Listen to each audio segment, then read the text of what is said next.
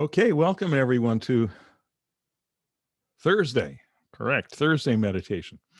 So let's start by sitting up comfortably.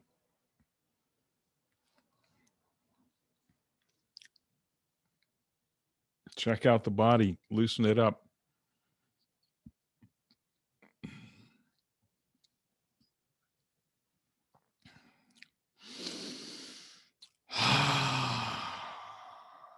Maybe take a couple of nice deep breaths on your own, breathing in through the nose, releasing with a sigh out the mouth, an audible sigh.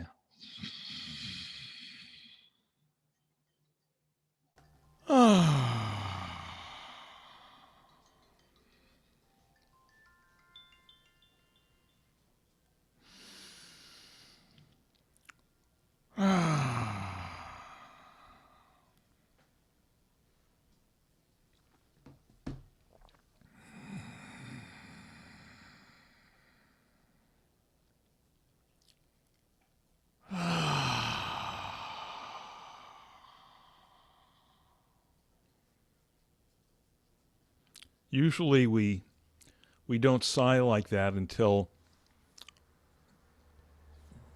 for some reason we've gotten relaxed, we're feeling relieved, that we know everything's okay now, and so we have the sigh as the last chain, the last link in that chain of events. But why not make it the first link? Why not make it the first link? Let's start with the chain. Let's just assume everything's fine. Let's just assume everything's resolved. All right. Just heave that sigh and let everything fall into place with that. Let's do that a few more times.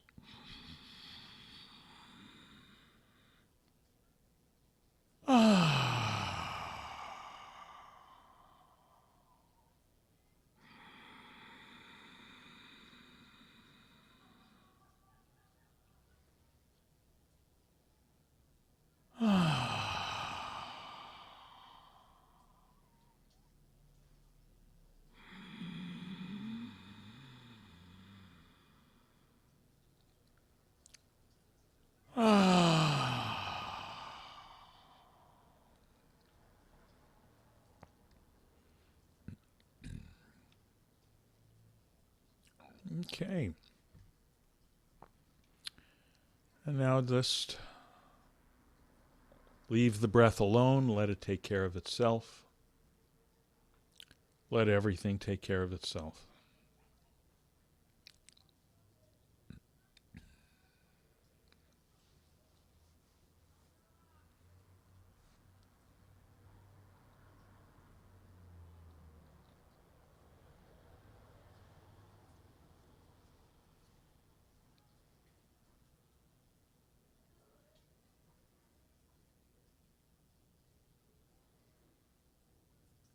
Let's just gently take a look at the situation.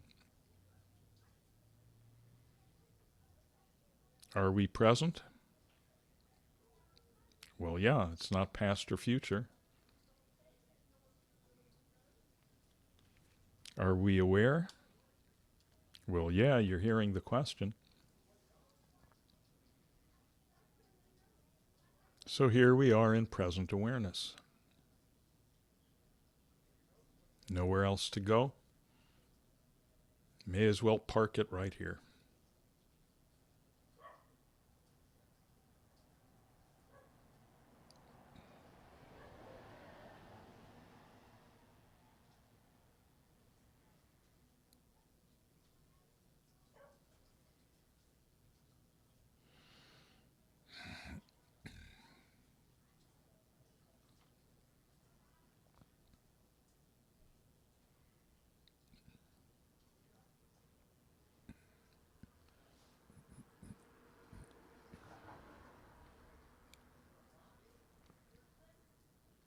Nowhere else to go. Nothing else to do. Nothing to figure out.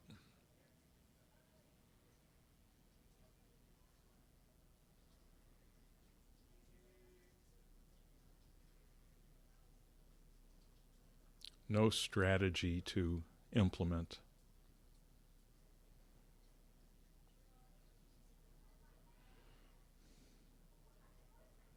Nothing to resist, nothing to hold on to.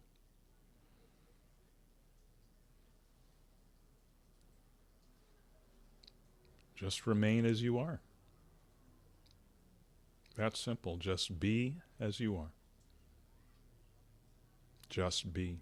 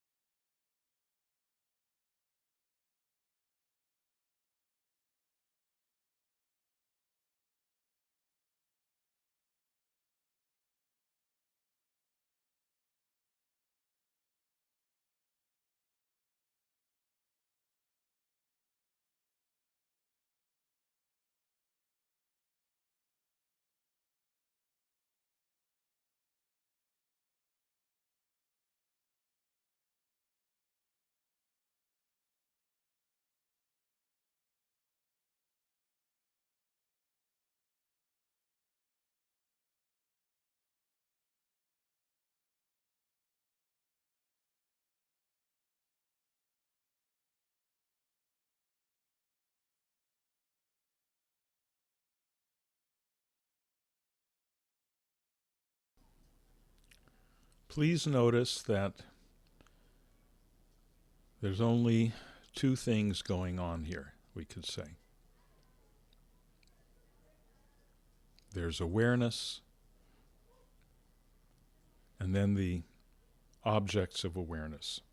The sounds, the sensations, the thoughts, the feelings. Maybe some internal colors. Only two things.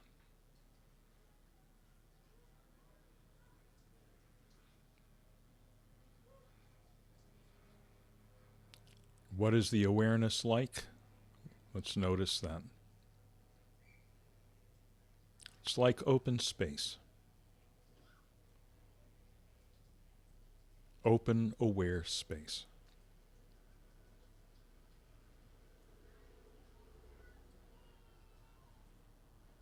No color, no texture, no anything. No content.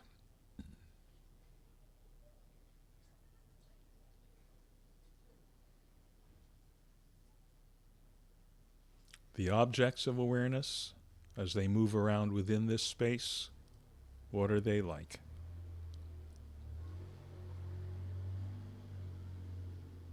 They're phenomenal. They have qualities. They have colors, textures, content.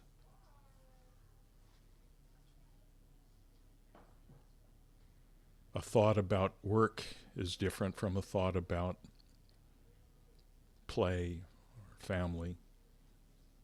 A feeling of joy is different from a feeling of sadness.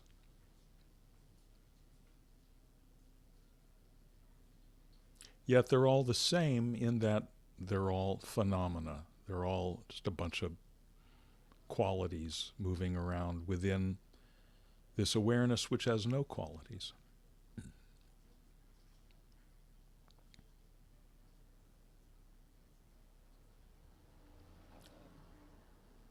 So we're not doing anything about this. We're just noticing the situation and resting in it as it is.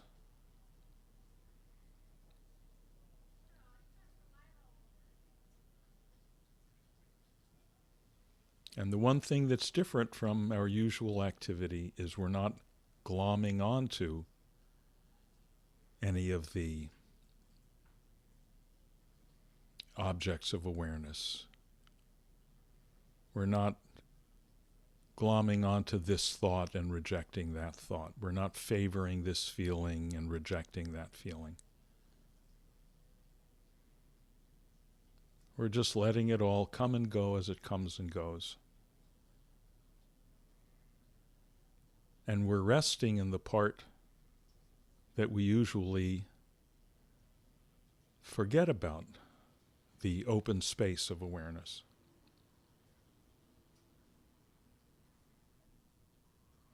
It's always here. You couldn't have the objects of awareness without the awareness. But we usually get caught up in the shiny objects. We lose the background.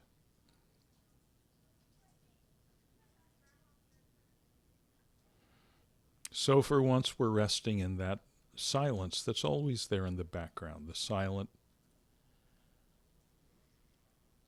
open, space-like, qualityless, edgeless, textureless being, awareness.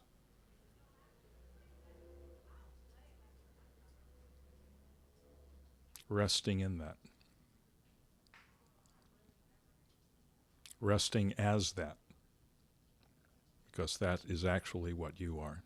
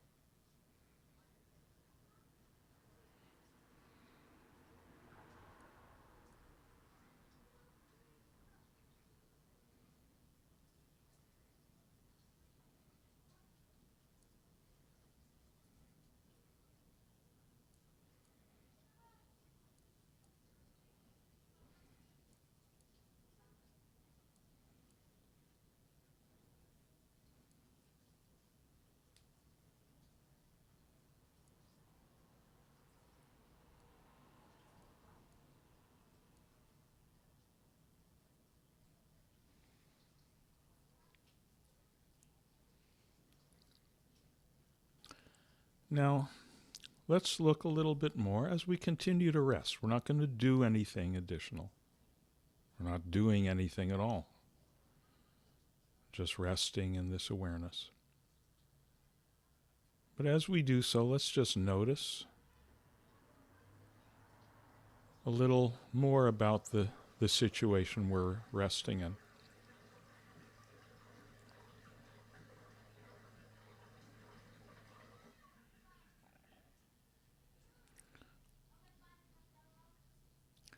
When we hear sounds, if you're hearing the sounds of the children playing across the street, or the dog barking, or the dishwasher gurgling,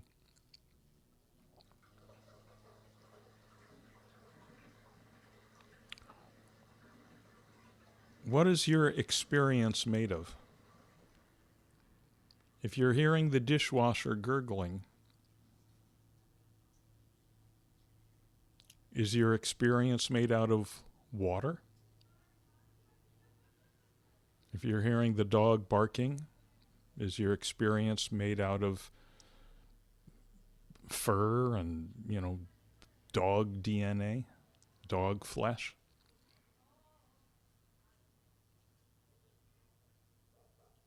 No. It's made out of awareness.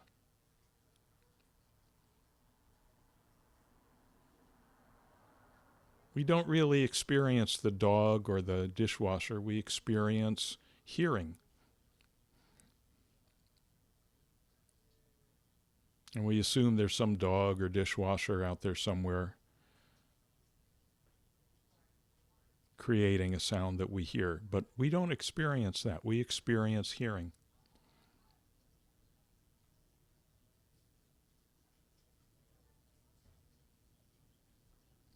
Dishwasher gurgling is hearing. The dog barking is hearing. It's exactly the same stuff. And what's that made out of? If it's not made out of dog or water, it's made out of awareness.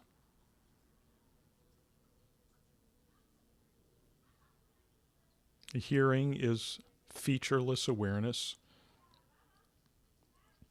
displaying or arising with certain features.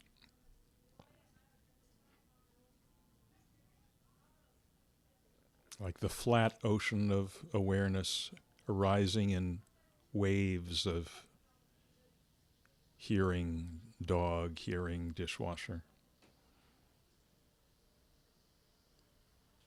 But the awareness is all the same, just arising in different forms.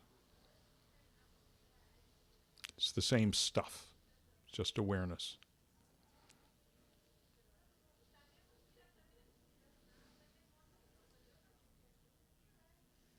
Just notice that, whatever you're hearing this voice, your experience is made out of awareness, 100%.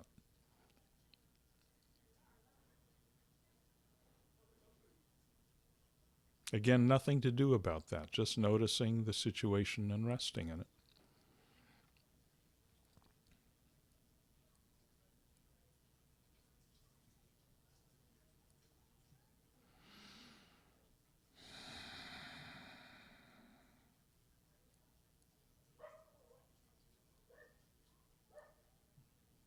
And now please notice the experience of your bottom pressing against the chair or the couch or whatever you're sitting on, the cushion. The sensation of the contact between your bottom and the furniture.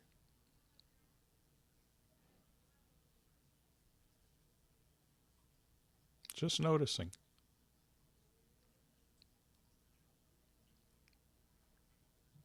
Now, what is that sensation made of? Is it made of the fabric of the furniture? Is it made of the flesh of your bottom? No, it's made of awareness.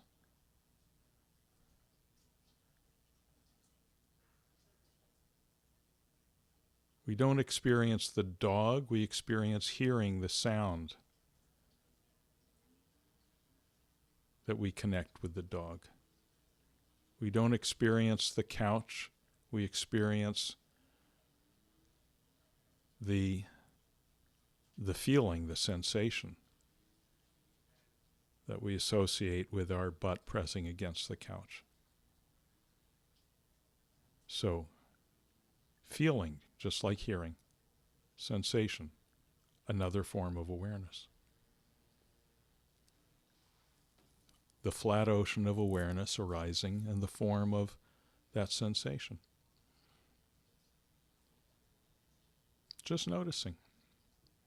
Just resting in the situation.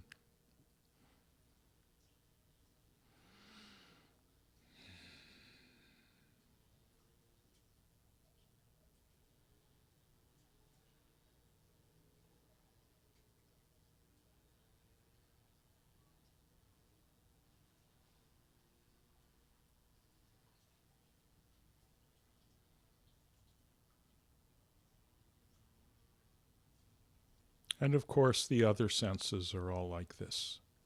If there's some internal sense of seeing some vague colors dancing behind the eyelids, again, just a form of awareness. Awareness arising in the waves of vision.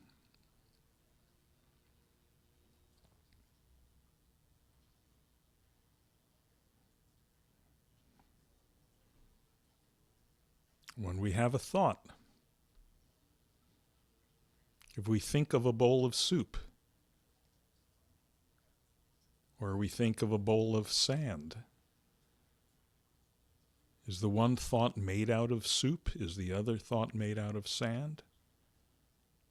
No. They're both made of the same thing, awareness.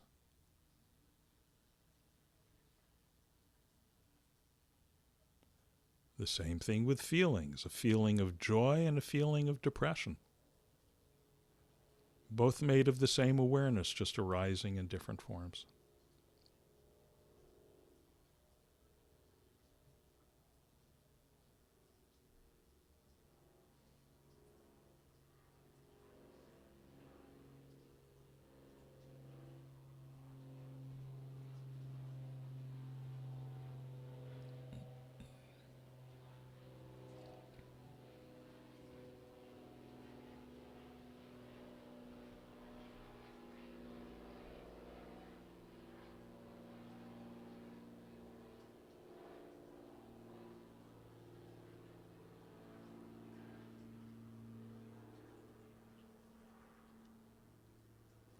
So when we said earlier that there are just two things here, there's the awareness, which is like open space, and there's all the objects of awareness moving around within it.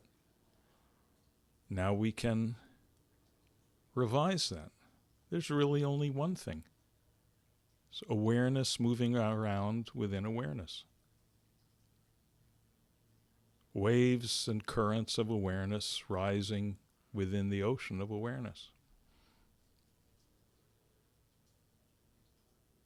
And all this time, nothing for us to do about any of it. Just rest in it as it is.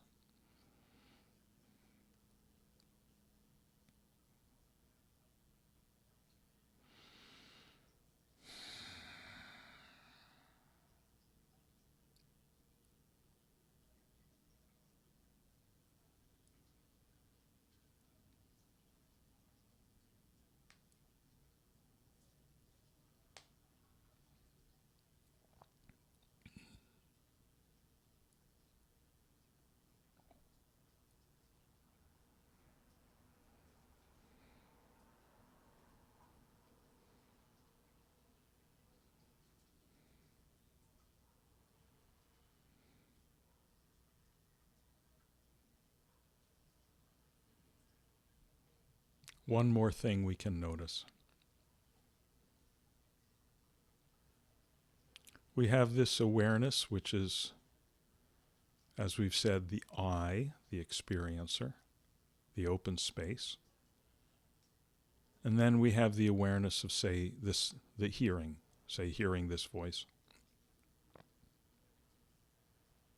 How much distance is there between the eye awareness and the hearing awareness? Don't think, look. Don't try to figure anything out. Look at your actual experience, much simpler.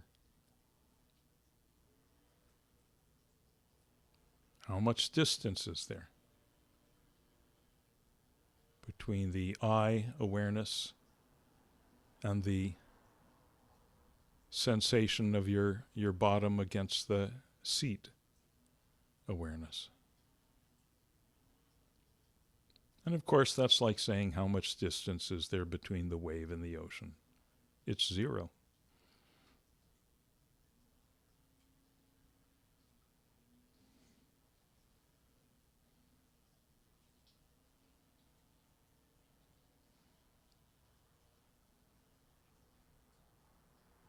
Then how much distance is there between the hearing awareness, the feeling your bum on the couch awareness, the thought awareness, the feeling awareness, the eye awareness? All zero.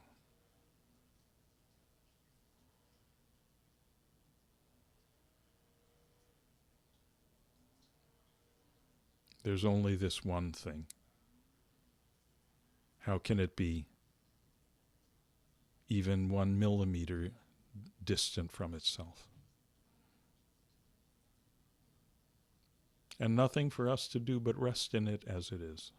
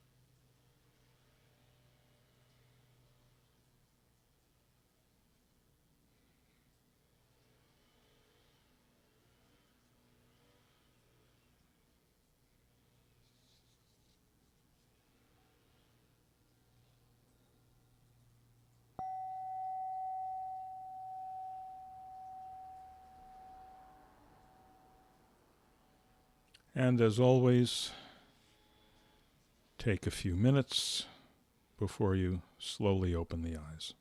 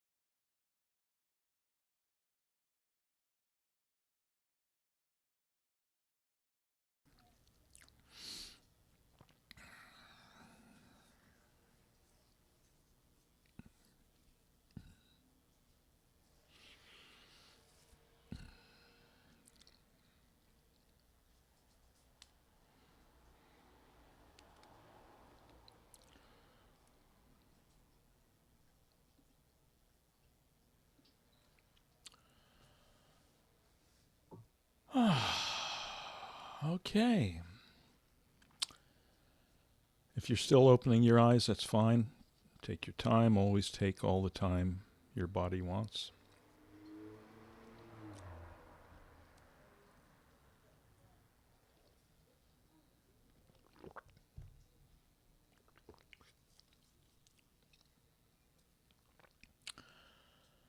Okay, how's everybody doing? Good? Good. Any questions or comments?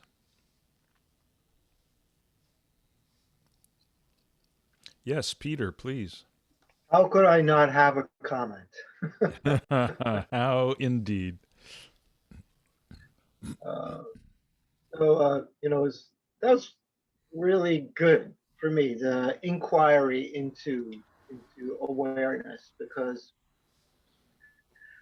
the object thing came up, and of course the question came up: can there be anything outside of awareness? Because my experience has always been there's nothing outside of awareness. Mm-hmm. And then I started thinking about awareness within awareness, arising out of awareness, rising awareness, and that was really cool too. I kind of followed you along, because you all those points that were for me questions got resolved because you answered them all for me. And then I pointed you to your own experience, and that answered them all. yes, exactly so. Yeah. Um, and so maybe not then, but somewhere in it, it was this sort of a question about other people's awareness. And is there such a thing as other people's awareness? And the experience I was having of non-spatiality, spatialness in awareness, that there just doesn't exist. There is no time. There's no walls. There's nothing, right? Right. Um, We do use this expression commonly, so that saying that awareness is like open space, but that's not really the case. It's compared to everything else, it's like open space. It's more like open space than it's like, a book or a wall or a human or a microphone. But when we get down to it, even open space is that's a dimension. So it's still a thing. It's not a solid thing. It's not an entity, but it's still something that's different from, say, time. So we still have to transcend those, right, right? right, yeah. Right. So I, but we say as a metaphor, as a jumping off point. Actually, here's a good thing. I think I got this one from Rupert Spira. We can all do visual. Just actually, you don't have to visualize. Take a look at the room where you're sitting. All the objects in the room. Right. There's some space. The objects in the space. Now imagine if all the objects are gone. So only the space remains. Okay. And the objects include, the air, the sunlight, the couch, everything. Okay. So all the objects are gone, so only space remains. And now take away the space.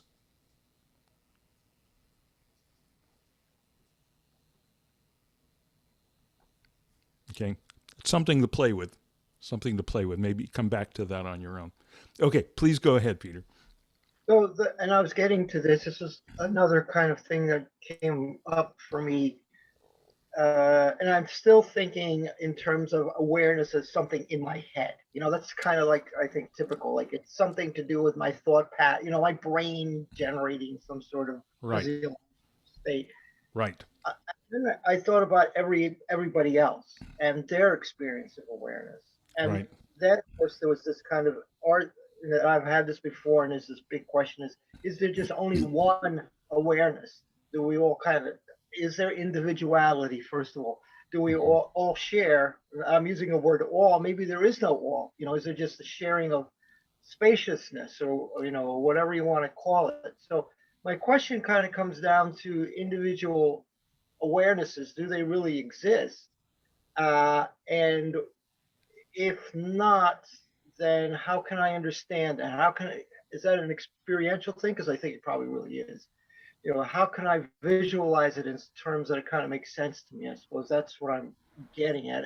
Do I really need to even have it make sense to me? Probably not. But again, like, Yeah, it's great. It's great. It's great. right, right, billions of individual awarenesses on the planet. Is there such a thing? And Right. if not, then how can that? What? How do I look at that now? Right. So that I'll leave it Right. that way. Look at it in terms of what is the actual experience that presents itself. Right? This is the hardest thing in the world to get people. It's the simplest thing and the hardest thing to get people to do, to get oneself to do. Because we bring so many preconceived notions to our experience and we filter our experience through them, and they're so habitual that these really fundamental ones, which you're asking about now, we don't realize that we're doing it. We don't discriminate. We don't see the difference between these assumptions, these interpretations, and actual experience. Okay, and a lot of it is supported with language, because our language has evolved to describe a universe of duality, a universe in which it's taken for granted that there's individuals, there's things, there's objects all laid out in time and space, and you are some little, I don't know, some little monkey behind the eyeballs that's, driving the Petermobile or something, right? So let me mention for some people this may be totally talking to you. Oh yeah, this is something that's been burning inside of me. Maybe I've articulated it, maybe I haven't, but something sounds important, something fundamental about this. And for some of you, this may be, what the hell are they talking about? Okay, either way is absolutely fine. If it's not landing for you right now, don't worry. We'll get back to it. Just go, okay, that was some crazy stuff going on. Okay. Having said that, yeah, this is the real stuff. This is the kernel of the non-dual stuff. All right. So the language tells us things like, for instance, an example I used, I hear the dog. Can you see how built into the language, built into the structure of the sentence, right? How are sentences structured in the English language?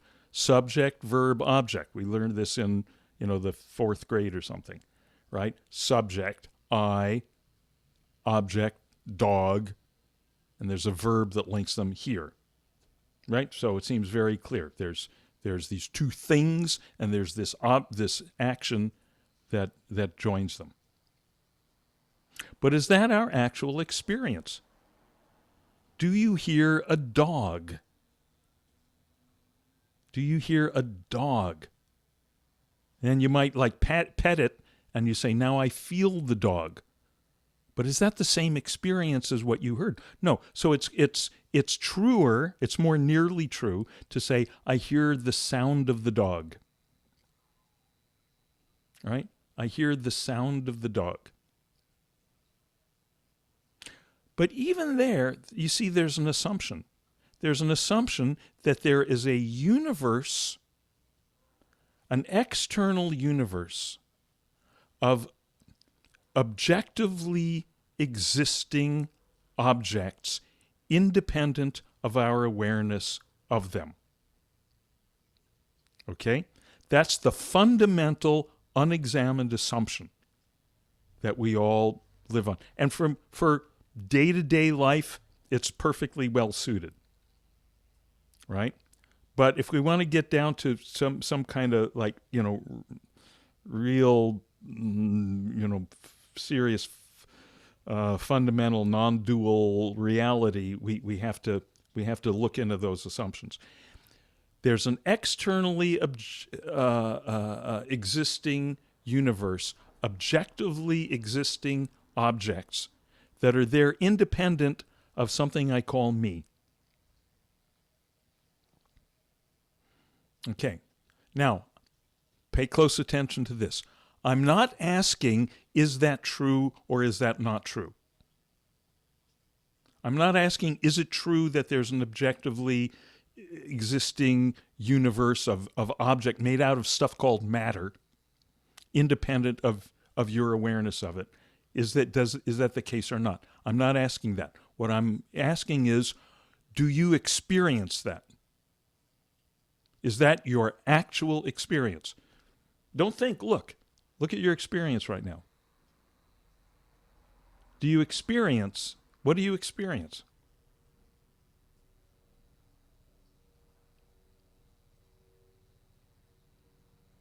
Do you experience anything outside of your awareness? Do you experience anything outside of your awareness? Okay. Can you see that by definition you cannot experience anything outside of your awareness? Are people? No, you're not seeing that. What does it mean to experience something? I experience the stick. Can we say another way of saying that is I'm aware of the stick? Okay, I need people to nod their heads, shake their heads if it's no, and nod their heads if it's yes. Okay, I experience the stick. I'm aware of the stick. Are those, can we accept that those are synonymous statements? Yeah. So I experience the stick. I'm aware of the stick. Okay, I'm aware of the stick. The stick is experienced within my awareness. Can we see that that's two ways of saying the same thing? The stick is experienced within my awareness. How can I ever experience anything outside of my awareness? Awareness means my capacity to experience. Okay. So there, yeah, Susie, you want to jump in on this question?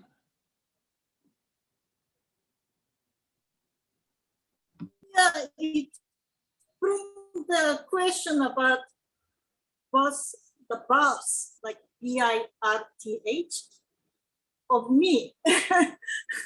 Wait, I'm sorry. Say it again. What are you saying? I was born, my existence, I have a birth. The birth. Oh, wait. We'll get to that. I want to, we have to go very slowly on this. We can't jump ahead. Okay. I want to go point by point. Okay. We'll get to this. Okay. My birth, my body, that we got a few more steps before we can get there. But we just have to get everyone very clear on this. It's such a simple thing, and it's so hard to get people to perceive clearly about this, in my experience. Okay. Can we possibly ever experience anything outside of our own awareness? Okay. Peter says no. That makes sense to me. I'm not saying you should say no. I'm not saying you should agree with me and Peter, but it seems by definition self-evident to me that you cannot experience anything outside of your awareness. Okay, but I want to hear from anyone to whom it's not self-evident, anyone who's thinking, oh yeah, but I think I can experience something outside of my awareness. Explain your objection to me. Don't be shy. We need to hash this out. This is important. I'll get the ball rolling a little bit. Thank you. A quick question with the, can we say the senses? So my awareness is my senses, right? So like if you hear a bark, that's also part of your awareness. Maybe I just, right? I feel. Are you aware of the sound? Are you right now? Are you aware of the sound of my voice? Good. I think so. I mean, yeah. So sound is within. No. What? La, la, la. I think so. Did somebody else you're say answering, something? you're responding to my question. So it seems to me you're aware of the sound of my voice. Okay, good. Yeah, so Simple. that's, that's, It's simple. Don't make it more than it is. It's simple. You're aware of it. good. And so awareness is because of the senses though, right? So like if I were a blind, or- Some of the stuff we're aware of is through the senses, is in terms of the senses. Thoughts is another mode of awareness. okay, cool. But so if I were deaf, those things would no longer be in my awareness if I had that, Mhm. wasn't able to hear it. Yeah. Okay. But other stuff is. Yeah. Cool, thanks. Yeah. So you're aware of whatever you're aware of. Right. But you see, again, this is the language. The very fact that the language is structured so we say aware of the sound, it makes it sound as if there's three different things. Again, there's I, there's this sound as something separate from I, and then aware of as an action that links the two. And every time we use that language, and it's all the language that we have, it tends to reinforce that. But at least let's just get to here. Are we aware? This we can't go farther till we're clear on this. Can we ever be aware? Can we ever experience anything outside of our own awareness? Wait, I've got a question, Dean. It's Yeah. Irene. Yeah. Same business, Irene. Yeah. Hi, Irene. What's going on in my, okay, let's use the word imagination. We can, like, I'm thinking of the satellites out there in space Right. right now. I mean, we're aware of that, but it's more imaginative because we've never really seen it floating up there. Right. So what are you? So it's a very good point, Irene. So when you imagine a satellite or imagine a flying spaghetti monster, Right. what are you aware of? What we're thinking, a The thought. thought. That's right. Exactly. You're aware of a thought. You're aware of a thought. Bingo. Right. Now notice that word imagination. The root of that word imagination is image. Right. Right. So when you imagine something, you're projecting an image with that has no you're not seeing an image in what we normally call the external world. You're seeing an image purely within your mind. Now, what happens when you fall asleep and you have a dream? Yeah, that's Now let's say now in your dream, there's the flying spaghetti monster, and there's your trip across the desert on a three-headed camel and all that. And it seemed, and at the time, it's very clear. Here's a camel. It's made out of matter. Right? We don't even think about it in a dream, just like we don't think about it here. What's the camel made out of? It's made out of camel stuff. What's the spaghetti monster made out of? It's made out of spaghetti monster stuff. Everything appears to be made out of stuff until we wake up and we realize, wait a minute, where's all that stuff? Where's the spaghetti monster stuff, the spaghetti monster matter? Where's the camel matter? Oh, it wasn't made out of matter after all. It was made out of awareness. It was all happening within my awareness, right? That's what we call a dream. Right. So let's say you wake up and you go, okay, whew, that was a weird dream. Three-headed camels and spaghetti monsters and all that. And you come down to breakfast and you're talking to your friend and all that and telling him about that weird dream. And then suddenly you wake up from that one. oh Okay. You wake up from that one. yeah. Right. Right. Mhm. Because everything seems real. Everything is assumed to have a real existence external to us, independent of our awareness of it, until we wake up from it. Right. Okay? As long as we're in it, we tend to be living within the assumption that it all has an external reality. But have we ever experienced that? Have we ever experienced anything? If it could be one thing, if it could be this cup, let's say just this cup, I can experience this as being external, as having an existence that's objective, external to my awareness of it. What am I experiencing? Whoa. What am I experiencing right now? I'm experiencing the feeling, right? Normally we would say feeling the cup, but we're falling back into that sentence structure again. So let me just say, I feel certain sensations. That's registering within my awareness. I'm seeing certain shapes and colors. That's registering within my awareness.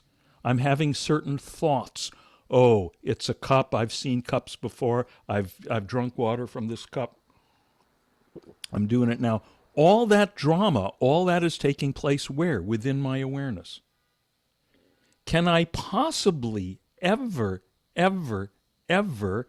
experience the cup as existing external to, independent of my awareness? Yeah. Okay. Yeah. You're all getting it. I really want you to remember this. Right? Remember this and just play around with the implications of it. See, because, and the person that I really kind of got this insight from is Rupert Spira. And as Rupert puts it, he says, there were certain Greek philosophers a couple of thousand years ago who came up with this idea that behind all of our experiences, there's this stuff called matter. Yep. Right? And that everything in the universe is made out of matter. Actually, it's interesting, that word matter, the etymology of the word, it's connected with mother. Right? All our words in virtually every language that I know of is like that. You're right, madre, and right, they're also, and all the words for measurement, meter, meter, right? They all come from this. It's like matrix, right? It's all coming out of the same matrix, the same, like born out of that womb, so to speak, is this frame of reference, this matrix, this frame of reference, which we assume to be external to our own awareness, but we never experience it. As Rupert says, these Greek philosophers, they posited, right? They posited this completely abstract idea that lying behind and giving rise to all of our experiences is this stuff called matter, even though no one has ever experienced it. Right. No one has ever experienced this stuff independent of outside our awareness called matter. It's completely an assumption that by its nature can never be proved. Not only is it not proved, it never can be proved.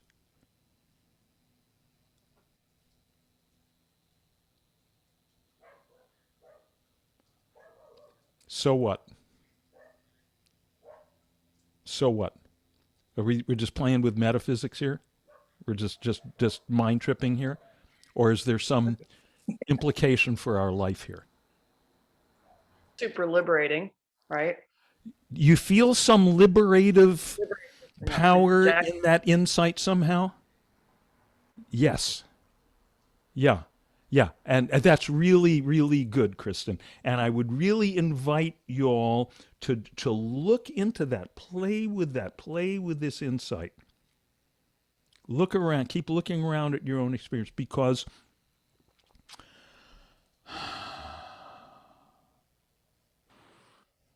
this allegedly independently existing universe of objective matter includes the body, right? Includes this thing that we used to that we've pretty much most of our lives assumed we are, right? But anything we might have anything else we might think of ourselves as being, body, personality, all this history, personal history, all that stuff is right. What is our actual experience? The actual experience is, what's the actual experience of the body?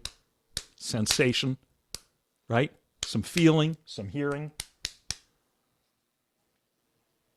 right? Some seeing. I can't see my head, but I can see this image on the screen that I'm told resembles my head. I look in the mirror, I see an image that I'm told resembles my head. I don't know. Yeah, Peter? You know, and the really interesting thing for me about this is that it's just straightforward. It is what it is. You know, in other words, there's five senses. Yeah. And there's something that sometimes is referred to as the sixth sense, which is the mind activity, all the stuff generated internally that you know, thoughts, imagination was touched on, feelings, all that stuff that just, again, more arisings inside of this awareness that is, again, five senses and maybe that sixth sense to consider. And I remember one of my great mentors and teachers at, you know, Maggie used to say, this is it. This is it. This is it.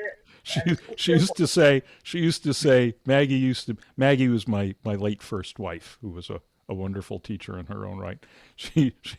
Her favorite thing, she used to say, I hope you're having a good time, because this is it. And you know, that's so clean and perfect. Yeah. You know what I mean? There's no getting caught up.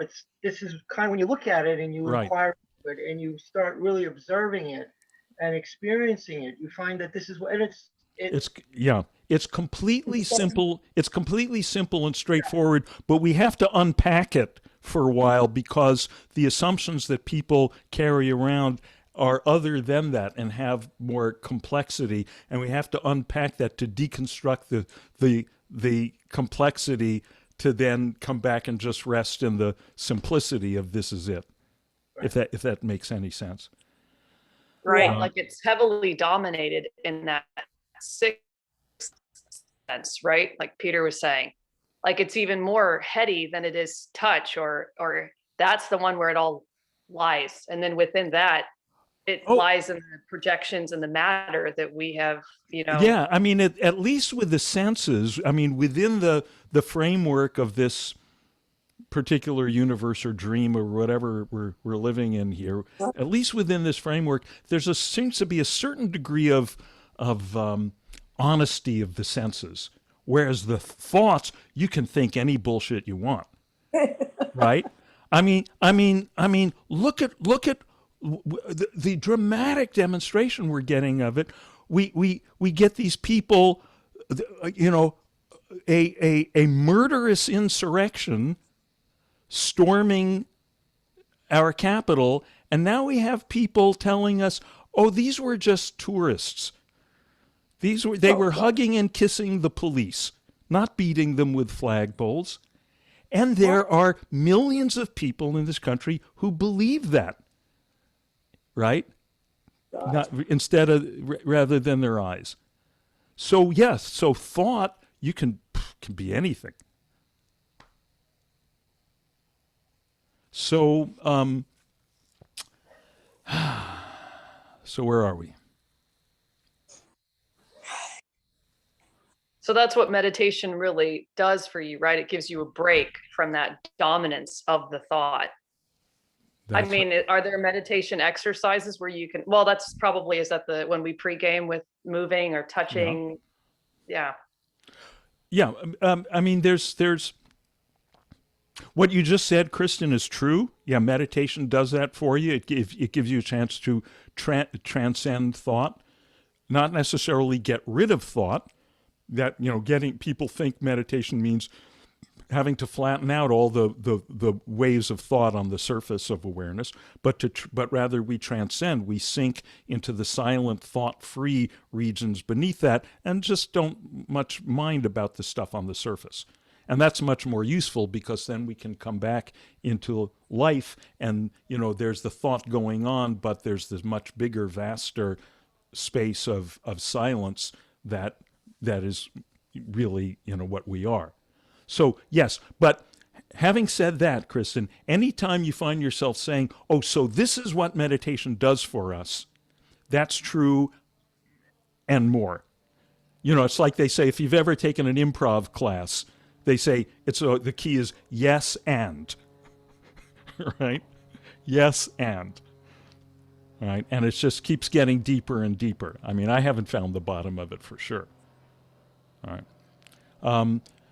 But this stuff that we're investigating today, this non-dual investigation, really, if you start to look into it, really starts to point to, in case there was any suspicion in your mind that meditation is just relaxing, like it's that, or just get a massage or something, no, right? Because there is that,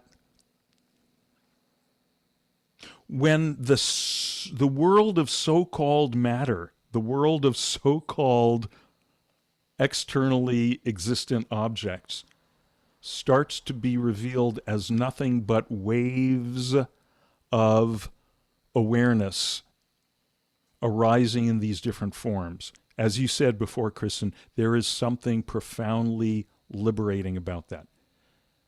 Part of it is that if we accept the Greek philosopher model, where everything's made out of matter, then we're stuck inside this bag of skin.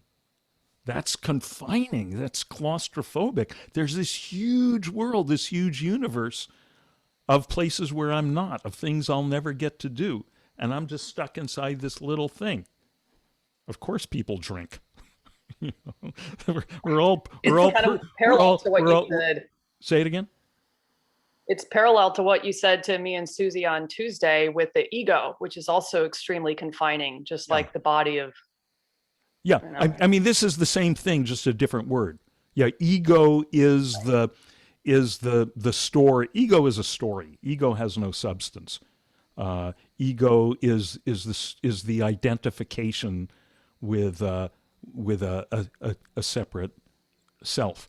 Now, this all brings us back to actually the way you Peter originally posed this question, this thing. What was it? Oh, is there such a thing as other people's awareness? Right. Well, before we can say that, we got to ask: is there such a thing as other people? And before we can say that, we got to ask ourselves: is there such a thing as this people? Right? Is there such a thing as this people? Right? What's your actual experience? God damn it. What's your actual experience? Your actual experience is awareness. Within awareness, there's a bunch of sensations, there's a bunch of shapes, there's a bunch. Think of, okay, let's do the metaphor of the mirror. Okay? Sometimes we say awareness is like open space, sometimes we say it's like an ocean, sometimes we say it's like a mirror, to bring out different aspects of the situation. They're all metaphors, they're all imperfect. For now, awareness is kind of like a mirror.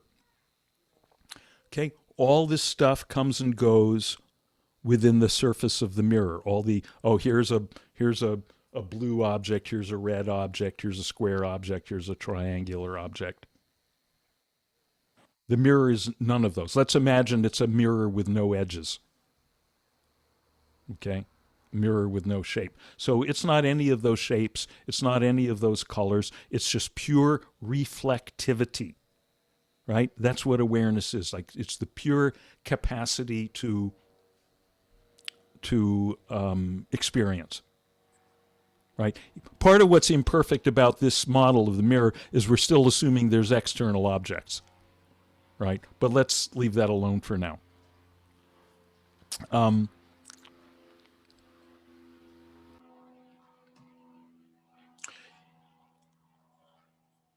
when a red object passes before the mirror, does the mirror become red? Does the mirror lose its colorlessness? No, No, it has this extraordinary ability to reflect red, but it still retains its essential crystalline colorlessness, right? And we can tell that because we can put a red object and a blue object in front of the mirror at the same time, right? Is it red? Is the mirror red now? Is it blue now? No, clear. It's none of the above, right? But what happens if we like take a red object and hold it up close to the mirror and keep it there for, 20, 30, 40, 70 years, right? We have it really just like taken up the, right? And so it's like there for so long that, so to speak, the mirror gets confused. The mirror starts to think, oh, I'm this red, right? Maybe it's a red and it's round. The mirror starts to think, oh, I'm this red, this round, right? Stuff that's a little more peripheral, it's less identified with. Stuff that's way out there, it's not identified with at all. Now, the body is kind of like the red round thing that keeps hanging out there. Every time we look, here it is. There's other stuff that we experience that comes and goes. It's more peripheral, right? I identify somewhat with my family.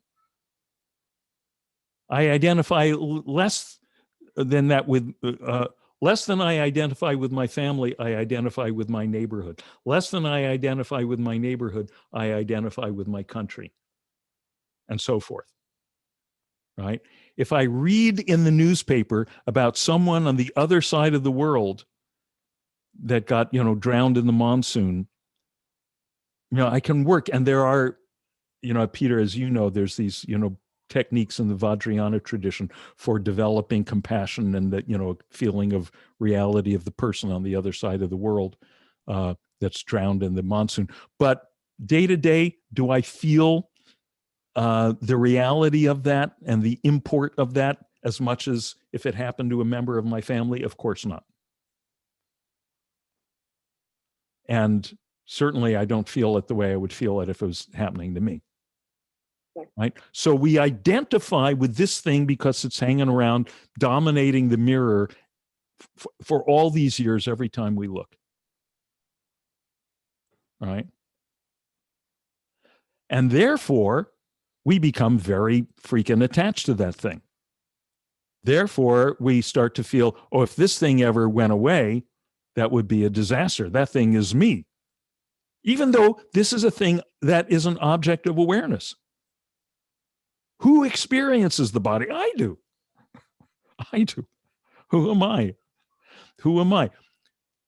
What we can experience in meditation is, the usual awareness. Just, Kristen, like you were saying before about, what a relief it is in meditation. We get to hang out without being caught up in the thoughts. We also get to hang out without being caught up in the body awareness. Usually to do that, we have to go to sleep. But then when we go to sleep, we lose awareness completely. So to be able to hang out in where we're aware with, and Lynn, this is what you described, a month or two ago as, when we had a meditation here and you said, I was just nowhere. There was nothing, but you were still aware. Right? So sometimes we have these very clear experiences of it, but to some degree, this happens really every time you meditate. We're settling into that region, so to speak, where the usual engagement with the body, with the thoughts, all that goes away. And we get to experience, oh, this is I. This is I. This is home. Right? And that other stuff. Now, for now, notice I'm going back a little bit to the dualistic model, saying that other stuff is just the stuff I'm aware of, right? If any of it went, right, a lot of people become extremely identified with their thoughts. So if you threaten their thoughts, if you say to them, no, wait a minute. That guy didn't win the election. That's a delusion. What the hell are you talking about? They cannot hear that. It's like a blind spot. It doesn't matter what kind of evidence you show them. They can't see that, because if they allow themselves to see that, it's like their heads would explode. It would be a complete crisis, because they've identified their existence with that. And therefore they will kill you before they listen to that, because they experience that as a, and this is the history of the world. This is the Holy Wars. This is the Crusades, right? When you become identified with, I am a Christian, I am a Muslim, I am this, I am that, then anyone that exists that has a different view is an existential threat to you. You have to convert them or kill them. Right. Yeah. So all of this, I mean, in a way, really, if you look at it, we can make a case that all the evils of the world come from the false identification, come from identifying yourself with something that you're not. And, as we continue our Dharma practice, to just sitting and just good old simple stupid meditation, and then some of this more subtle exploration with insight, this stuff, all these false identifications start to deconstruct. It becomes clearer that I'm just awareness. I'm just awareness. Within me, within I awareness, experiences come and go. Therefore, I cannot benefit from or be harmed by anything that comes or goes. Right? And that's liberation. That's liberation. And that we see, demonstrated dramatically in all the stories of the so-called martyrdoms of the Buddhas and the Christs, except we call it martyrdom. That's for people who don't understand the central teaching of that thing. Oh, he suffered so much. He gave so much to die for our sins. I mean, as far as I can see, that misses the whole point. The point is he was showing, right, not only the, Christ being crucified, Socrates drinking the hemlock, the Buddha dying horribly of the septic poisoning. And, just as Socrates said, it's cool. Don't bother trying to help me escape. I can drink this hemlock. I've got no problems with that. Right? Jesus didn't say, ouch, shit, this. He said, forgive them, Father. They know not what they do. The Buddha, as he was dying of this septic poisoning, you know what he said? To his disciples, hey, you guys, you got any more questions left that I haven't addressed? This is the time to ask them. Line up. Right? Teacher to the end. Teacher to the end. That's my hero. Oh. Teacher to the end. Yeah. Right? Right? Mm-hmm. So to me, that's what all those are showing us, that there's a reason why when you think of someone who is wise and you try to think of them as having a lot of anxiety about dying, without having to be told, that they don't have a lot of anxiety about dying. We may not completely understand why. We've had for the last hour, in a way, a very kind of subtle discussion of the underpinnings of why that would be. But with that, we could skip that whole discussion. Intuitively that, whatever, we just make up a sage. Yoda's not real upset about dying, right? Right? And a lot of people, and of course, Lynn, you know this from your work with dying people, a lot of people who have no background in meditation or inside all of that, as they approach death, right? Don't some of them just seem to, as they see the glimmer of what this next thing now that they're blossoming into, this thing that we call dying, that there is a kind of dawning of that wisdom. There is this kind of settling of peace. Is that ringing a bell for you, Lynn? I mean, I know I saw it with my mother. My mother wasn't a big meditator or didn't read a lot of books. When she was dying of breast cancer, I went with all my little books and tapes, and I was going to help her out, and of course, she just helped me out. And she just came into this peacefulness, for as the closer she got, the more she came into this peacefulness that was clearly, and she joked about it because she lost her hair to chemo, and she joked about that she's a Buddha now. But there was really something to it. You've seen that, Lynn? Well, as people get closer to the end of life, they start withdrawing, and not everybody is peaceful. Right. Right. It's not, not everybody gets to that place. It depends on unfinished business, Right.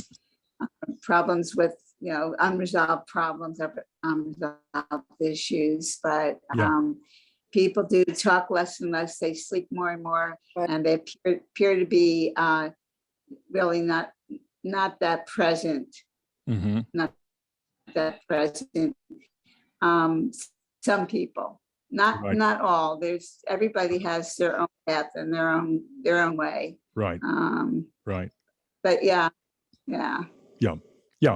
Well, It's very beautiful. Yeah. Say that last bit again, Lynn. You were breaking up. It can be very beautiful. It can be a very, very, very beautiful experience. And certainly, in my opinion, certainly nothing to fear. Right. Yeah. Right. Yeah.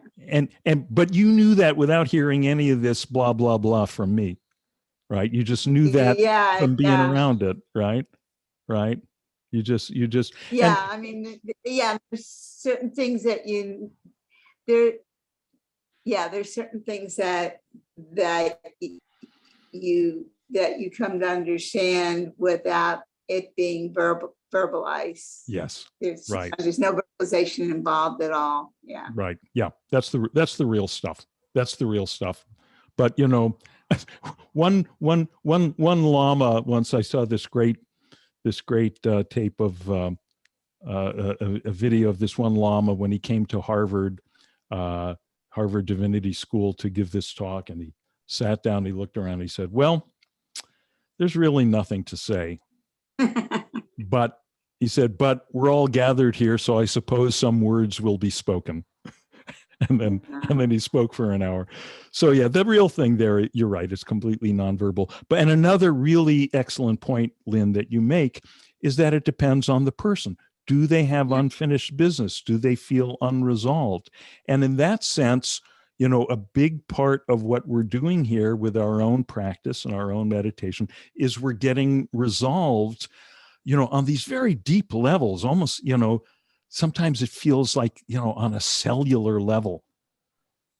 You can, like people talk, okay, I forgive that person. You can say that. Yeah, but do you? But do you really on that deep level, on that neurological level? And when you have a deep meditation like that one you described a couple of weeks ago, Lynn, we're not, it's not going to have content. We're not going to say, okay, there she resolved the thing with this thing and this partner and this, but it's a more of a global thing of just global resolution of everything, because you're settling into that space where everything is resolved, absolved, dissolved.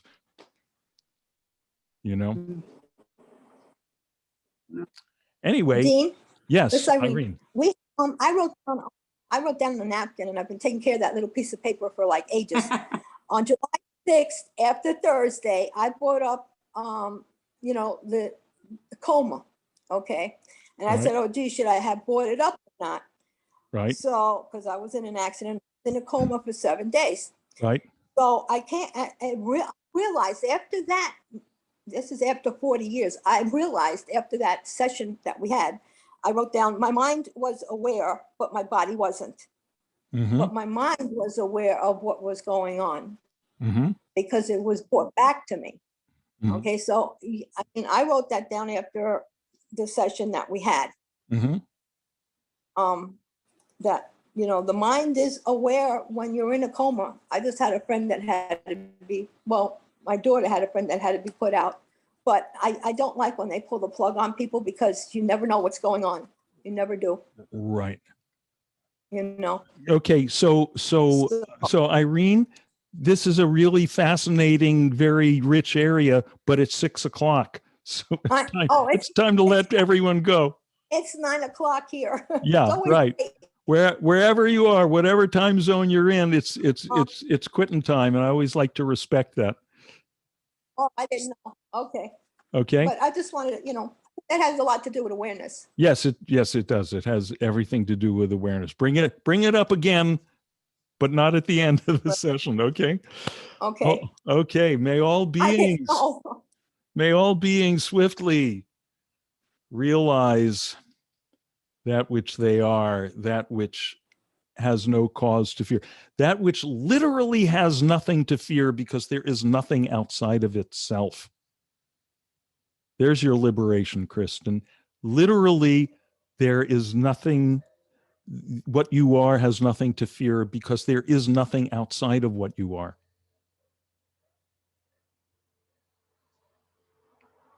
And thus may peace prevail everywhere. Loka samasta sukhino bhavantu. Loka samasta sukhino bhavantu. Loka samasta sukhino bhavantu. Om Shanti Shanti Shanti.